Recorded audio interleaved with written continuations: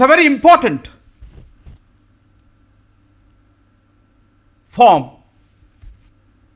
of study. It is very important whether you are a student of communication, whether a student of tourism, or a student of management, or any other kind of discipline you are studying. It is important for you to get an understanding what kind of a role body language plays in communication. Let me define very briefly what is body language. Body language is communication without words. There are no words in communication. In other words, it's a non-verbal form of communication. Body language is a very fascinating subject. There are a lot of interest all over the world to study body language. As part of this presentation, we are going to be discussing what constitutes body language, what are the characteristics of body language, how and why body language is important in terms of communication. Let me now briefly examine what are the features which are important for us to study as part of body language.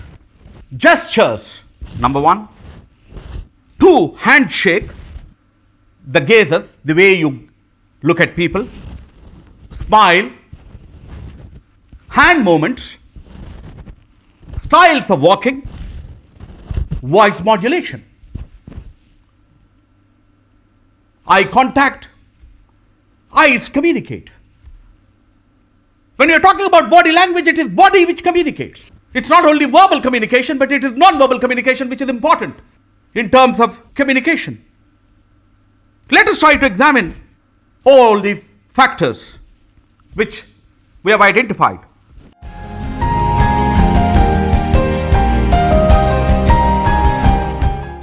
Let us try to examine the various factors, which I have identified just now. Gestures, open palms, indicates that it's a positive personality. Eye-to-eye contact means you're honest and direct. Eyes communicate. We are establishing eye contact with the people with whom we are communicating. It is in a group communication. If you are only going to be looking at only 2 or 3 people, if there are about 50 people in the audience, the 48 people are not going to be listening to you because you are only looking at 2 people. That again, communicates. And who are those people? What kind of people you are looking at? Assuming, there are about, 50 in the audience and there are only 2 women and you are only looking at those 2 women and communicating. You are not looking at, the other 48 in the hall. That again, communicates because we are only involved with those 2 people. The purpose of, body language is to communicate with everyone, to look at, all the 50 people in the audience. So eye-to-eye contact is important. Then, you are also establishing direct communication with them. Let us look at, some of the eye movements. Whether you are looking at directly into the eye of a person, or when he is communicating with you, are you looking in a different kind of a direction? That would indicate that you are not interested in listening to him. So eyes play an important role in terms of communication.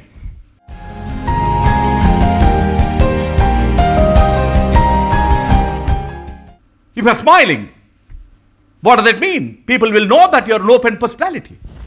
You are willing to, in the process of smiling, you are trying to establish a rapport with your audience. You are establishing an understanding with your audience. Smile indicates that you are an open personality. The way you smile. When you are communicating with people, if you are going to be serious, if you are not going to be smiling, they are not going to be paying attention to you. Smile is a very important form of body language. Sometimes, when you are talking of smile, there are different kinds of smiles. There is a genuine smile. Audience can make out, people can make out whether you are genuinely smiling, whether you are smiling because you have to smile. That becomes, a false smile. There is a difference between a genuine smile and a false smile. People can make out, whether you are genuinely smiling or you are smiling, though, you don't want to smile, you are smiling. There's something called a miserable smile. When we are addressing people, you need to smile. Smile genuinely. Your audience can make out how genuine you are in terms of your smile for communication purposes. Genuine smile is important. Then, your audience can make out that you are delighted. You are happy to be with them. You don't have to say that I'm happy to be here. But when you genuinely smile, they can make out that you are excited, that you are happy to be among the audience.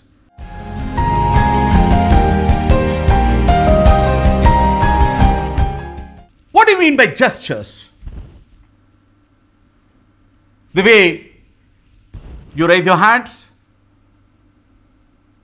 the way you exhibit, the way you shake your hands, all that forms part of gestures. Handshakes. There are different kinds of handshakes. We will try to explain in greater detail what are those different kinds of handshakes. Your hand movements. Are you holding your hands tightly like this? That communicates. In other words, when you're talking about body language, your body speaks. The way you walk, are you walking seriously? Are you walking casually? The way you walk also becomes important. And voice modulation, your tone, your pitch, your intonation becomes important. Handshake, the way you handshake with people gives, what is your attitude, what is your behavior, is indicated the way you go about shaking your hand.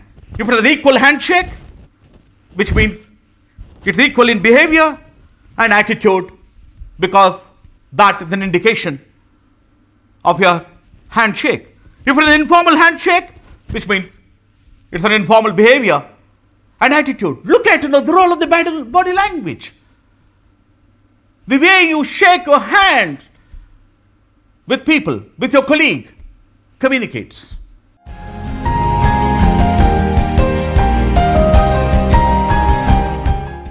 Let us examine in greater detail the various kinds of hand movements.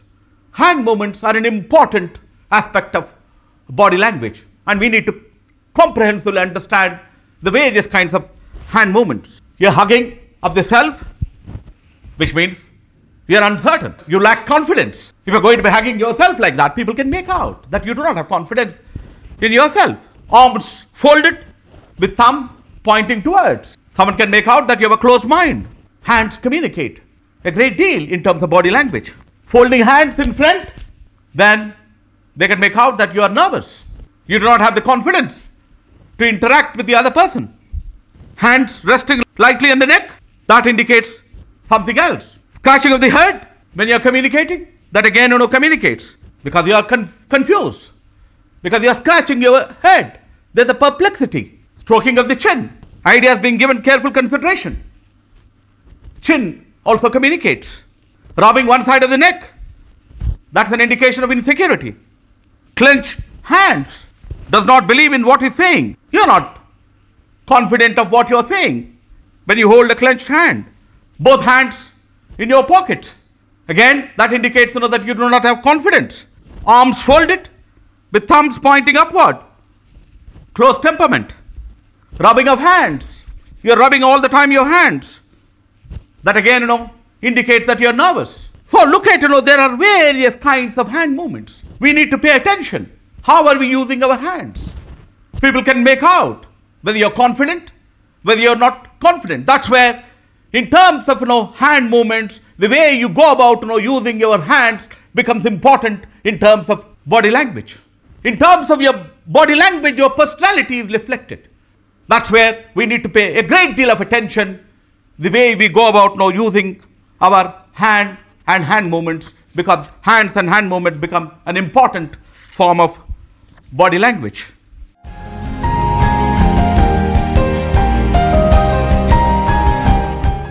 styles of walking is another form of body language.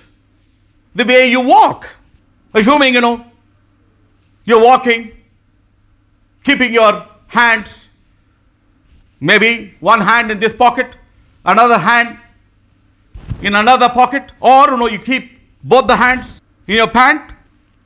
That again, an indication that you are depressed, you are not confident, that you are not willing to be part of that group. Walk in a very disorganized manner.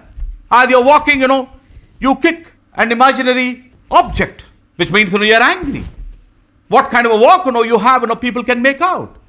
Assuming, as you are coming to an audience and there, there is a small stool or a paperweight or something, you kick that paperweight.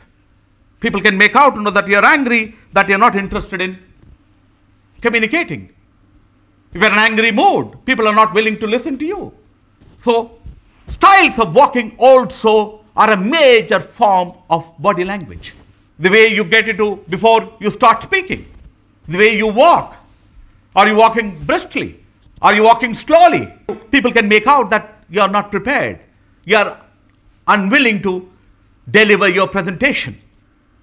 A great deal of communication today is in terms of your body language. The kind of a costume you wear, the kind of a dress you wear also becomes, part of your personality. You need to wear, the right kind of a dress for the right kind of an occasion.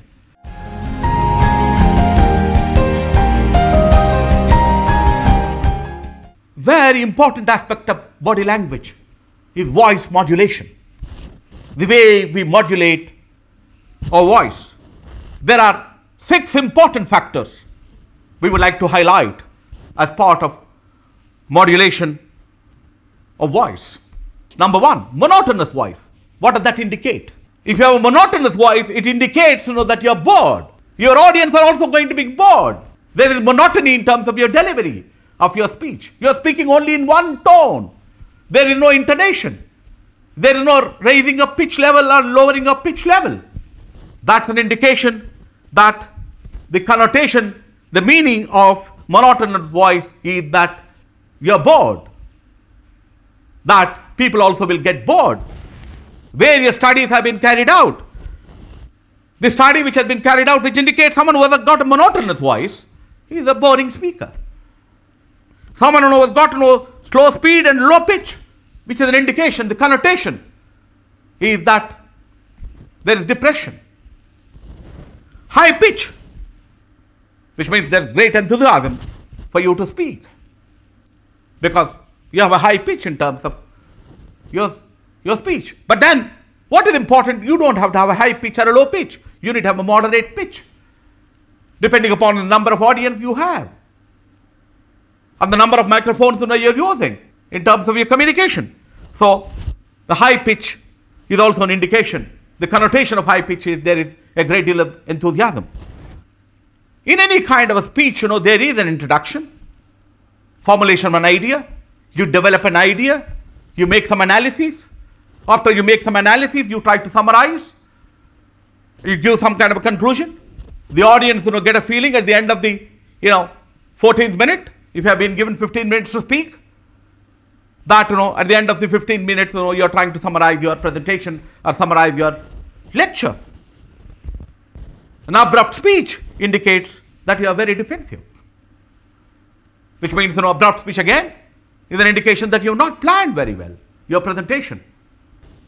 It is very important. I would like to identify some of the major features in terms of your body language. I would call it know your body language in action. We need to understand our own body language in action.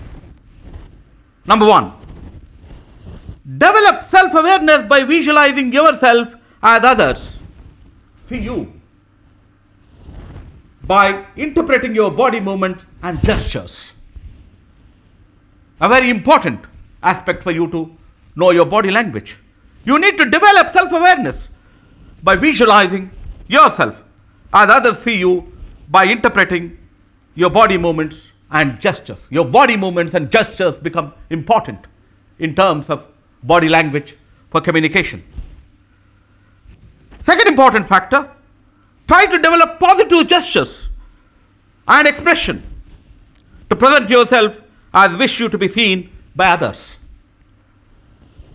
You have to present yourself the way you want yourself to be seen by others. That's where you need to have positive gestures.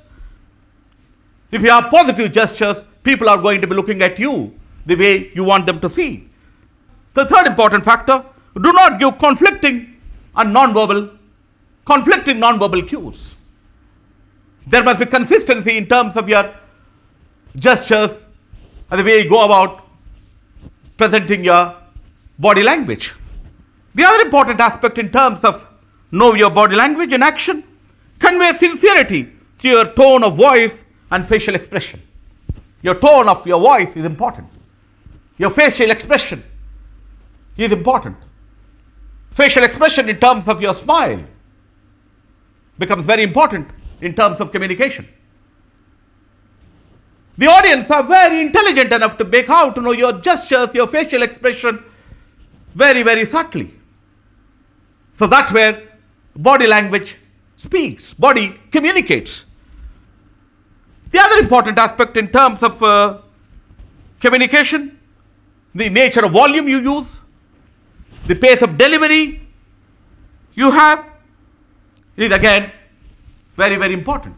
Pace of delivery always has to be at the level of your audience. Are they in a position to understand, at the pace, you are communicating? Yawning, again, is a form of body language. If you yawn, people can make out that you perhaps did not have a sleep last night. Perhaps you're not interested in speaking. Perhaps you're bored. When you do not yourself have excitement in terms of speaking, you cannot expect other to have the same kind of excitement. When you're looking at your watch every 2 minutes, if you've been asked to make a presentation for 30 minutes, audience can make out that you're not interested in communicating with them. You're not prepared. That again is a sign of body language. So that's where it is important for you to pay attention to all aspects of your body language, the way your body moves, the way you're shaking your hands, the way you're shaking your legs, the kind of eye contact you have, the kind of a smile you have, the kind of modulation of voice you have. So we need to study various forms of body language. Body language is becoming a major aspect of study.